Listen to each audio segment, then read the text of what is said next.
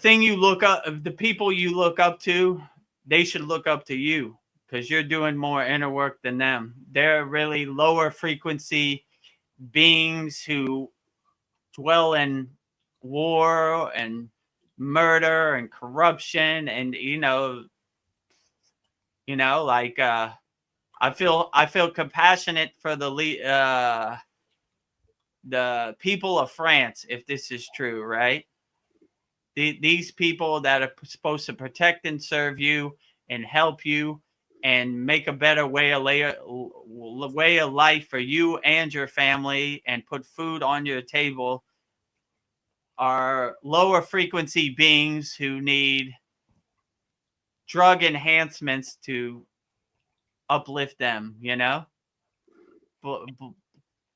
So I don't know. Hopefully it's not true and it's AI, but it wouldn't surprise me if it is true, like, it's 2025. What are you, like, 1981 in Miami on South Beach, like what? A golden spoon and, like what?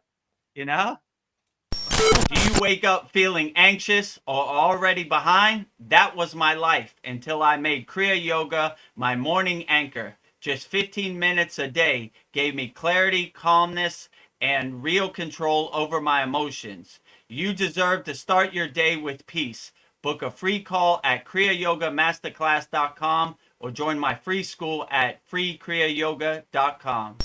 So, like, well, I don't know, you begin to see the people you look to help you and make a better way from your life. They're just helping themselves. So,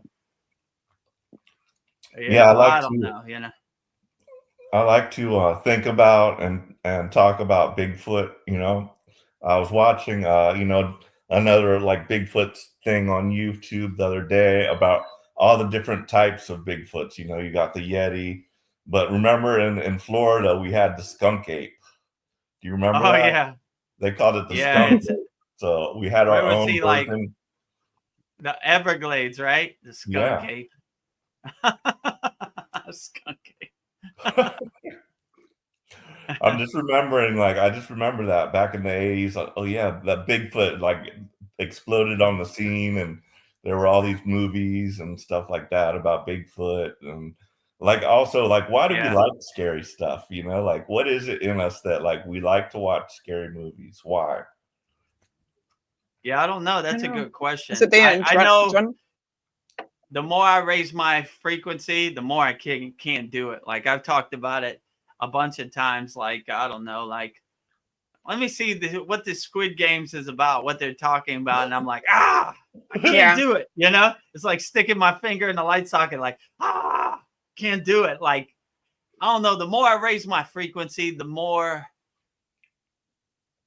death, murder, I just can't do it. Like, it's almost like super trash to me. So yeah, that's a good question. Like, I can't resonate with, I mean, when I was younger, it was okay. Like, what do you call it?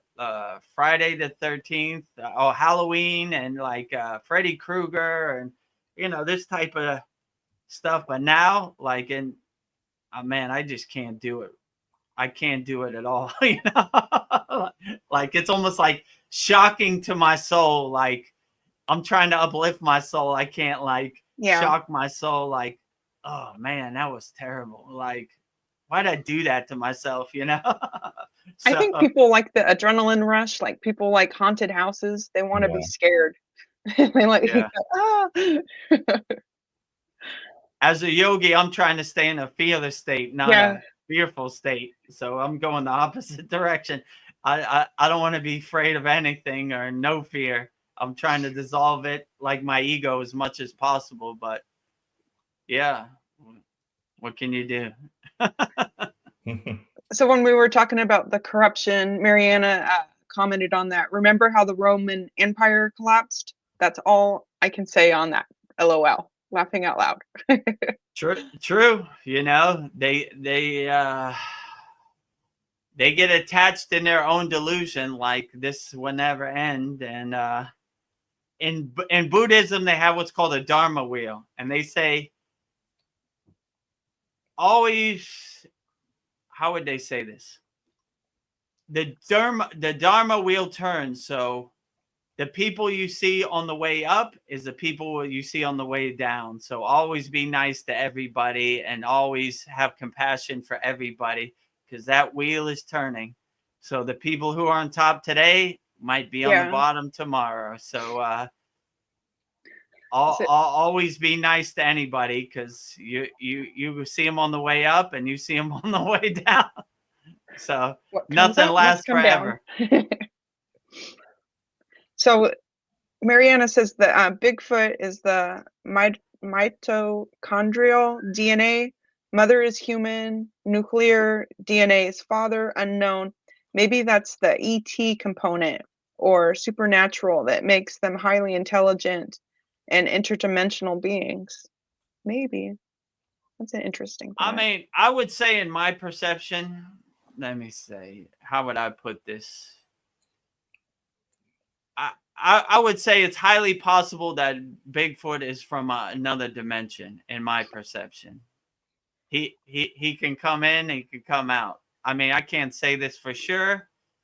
It's highly possible. I'm open to everything. I try to keep an open mind, and if I was in the Himalayan mountains and I saw him come through a portal up here, then go back in a portal, it wouldn't surprise me at all. You know, let's say it like that.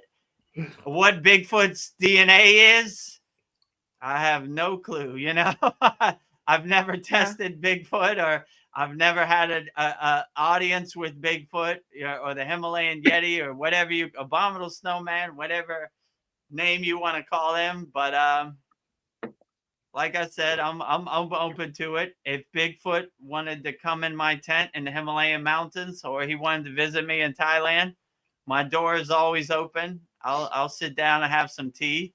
And if I ever have the opportunity to ask him what his DNA is, I will ask him. But it wouldn't surprise me if an interdimensional portal opened, Bigfoot walked through and walked back into that portal. It wouldn't surprise me at all. I mean, stranger things have been known to happen, you know? So I keep my mind to all possibilities.